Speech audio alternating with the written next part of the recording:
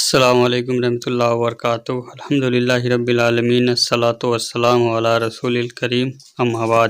قرآن کی قیمت سے ناواقف ہیں۔ ایک لمبا چوڑا واقعہ ہے، میں اس میں نہیں جاتا۔ برطانیہ کے آپ نے بارہا سنا ہے، میں نے بھی بیان کیا ہے اور بھی علماء نے بیان کیا کہ وہ ایک ڈاکٹر تھا، بہت بڑا سرجن۔ وہ کہتا تھا کہ تم کہتے ہو قرآن اللہ کا کلام ہے، اور یہ چیلنج کرتا ہے کہ اس کے جیسا کوئی کلام بنا نہیں سکتا۔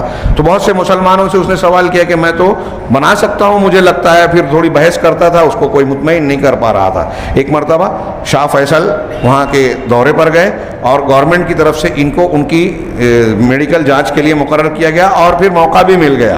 تو انہوں نے کہا کہ یہ مکہ مدینہ والے شہر کے ملک کے ہیں، تو ان سے میں آپ سوال پوچھتا ہوں، اگر یہ مجھے جواب نہ دے سکے تو اس کا مطلب قرآن کا یہ چیلن پھسپھسا اور بودا ہے۔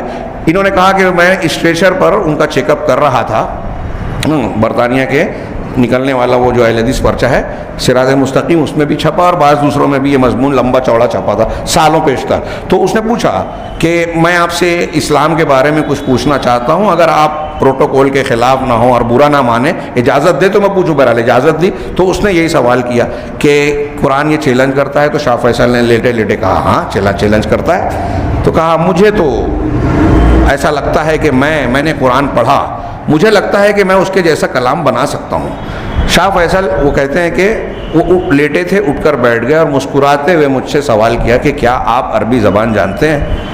کہا ان کا جواب دینے کی بجائے یہ سوال پوچھنا مجھے عجیب لگا اور یہ بات مجھے تیر کی طرح چبھی۔ تو میں نے ان کو جواب دیا کہ نہیں، میں عربی نہیں جانتا۔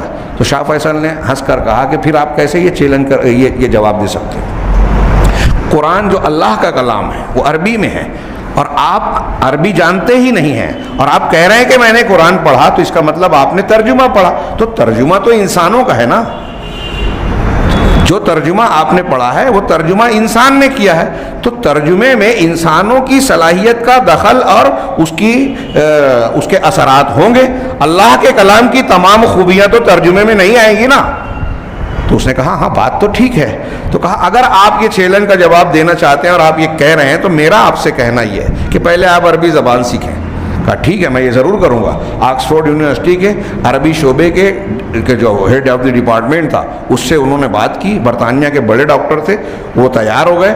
کہا میں عربی سیکھنا شروع کیا، عربی سیکھتا رہا، قرآن بھی پڑھتا رہا۔ سال بھر نہیں گزرا تھا کہ میں کلمہ پڑھ لیا اور میں نے یہ مان لیا کہ میں اس جیسا کلام نہیں بنا سکتا۔ وہ مسلمان ہو گئے۔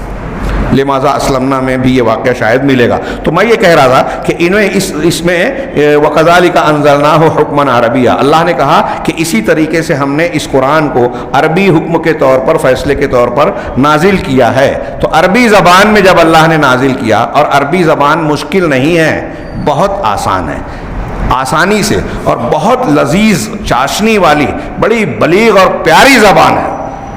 اس زبان کی کچھ ایسی خوبیاں ہیں جو دنیا کی کسی دوسری زبان میں نہیں ہے۔ یہ صرف اس لیے نہیں کہ ہم مسلمان ہیں اس لیے کہہ رہے ہیں، اہل زبانوں کے مختلف زبانوں کے جانکاروں نے یہ بات قبول کی ہے کہ بعض خوبیاں عربی زبان میں جو ہیں وہ دوسری زبانوں میں نہیں ہیں۔